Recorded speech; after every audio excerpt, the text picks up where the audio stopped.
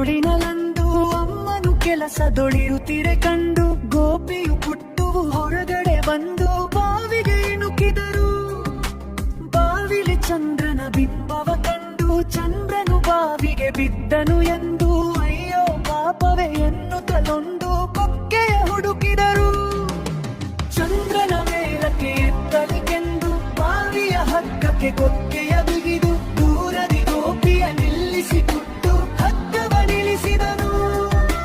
ಹಗ್ಗದ ಕೊಕ್ಕೆಯು ಕಲ್ಲಿಗೆ ಸಿಕ್ಕಿ ಪುಟ್ಟುವು ಚಂದ್ರನು ಸಿಕ್ಕೇ ಸಿಕ್ಕ ಎನ್ನುತ್ತ ತುಂಬಾ ಬಲದಿಂದಳೆಯೇ ಹಗ್ಗವು ತುಂಡಾಯ್ತು.